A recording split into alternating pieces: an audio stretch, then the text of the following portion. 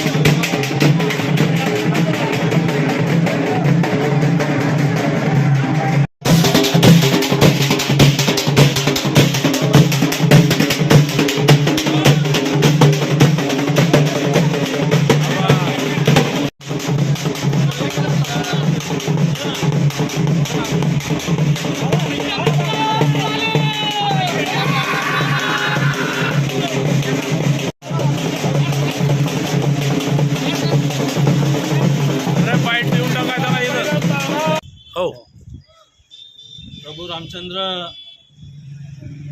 14 वर्षाच्या वनवासाला गेले होते। तदनंतर 14 वर्षाच्या वनवासानंतर ते जेव्हा अयोध्येत परतले तेव्हा आपल्या देशातील तमाम जनतेने प्रत्येकाच्या घरावर गुढी उभारून गुढीपाडवा मोठ्या उत्साहामध्ये साजरा केला आणि तेव्हा प्रभू रामचंद्रांचं मोठ्या जल्लोषात आणि उत्साहामध्ये त्यावेळेस स्वागत करण्यात आलेलं होतं। त्याचाच एक भाग म्हणून आमच्या वरखेडी गावाच्या पूर्वजांनी गुढीपाडव्याचा मुहूर्त साधला आणि गेल्या 70 वर्षापूर्वी ग्रामदैवत बहिरम महाराज या देवाची यात्रेला प्रारंभ केला. गेल्या 70 वर्षामध्ये आमच्या या गावाच्या यात्रेमध्ये दिवसागणिक वाढ होत चाललेली आहे. या यात्रेचं खास वैशिष्ट्य सांगायचं म्हटलं तर यात्रेमध्ये मोठमोठे व्यापारी येत असतात आणि संसार उपयोगी वस्तूचं खरेदी केलं जातं.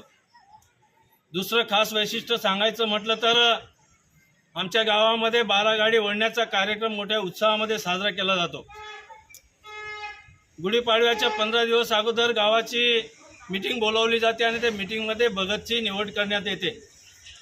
त्या मीटिंगमध्ये आमचे सन्मित्र संजय संभाजी मोरे यांची भगत म्हणून निवड त्यावेळेस करण्यात आली आणि त्याच्या नेतृत्वाखाली त्याच्या माध्यमातून आज 12 गाडी ओढण्याचा कार्यक्रम संपन्न झाला. आणि याच्याही पुढे आम्ही राजकारणाचे जोडे बाजूला ठेवून सर्व जाती धर्माचे, पंथाचे आणि समाजाचे लोक एकत्र येऊन हा उत्सव मोठ्या जल्लोषामध्ये आणि आनंदामध्ये साजरा करण्याचा संकल्प केलेला आहे. या निमित्ताने मी गावकऱ्यांना आणि पंचक्रोशीतील नागरिकांना, भाविक भक्तांना हार्दिक शुभेच्छा देतो गुढीपाडव्याच्या निमित्ताने. आणि बहिरम महाराज आपल्या या जीवनामध्ये सुख, समृद्धी आणि भरभराटी देवो अशा प्रकारच्या मी शुभेच्छा सर्व ग्रामस्थांच्या वतीने देतो.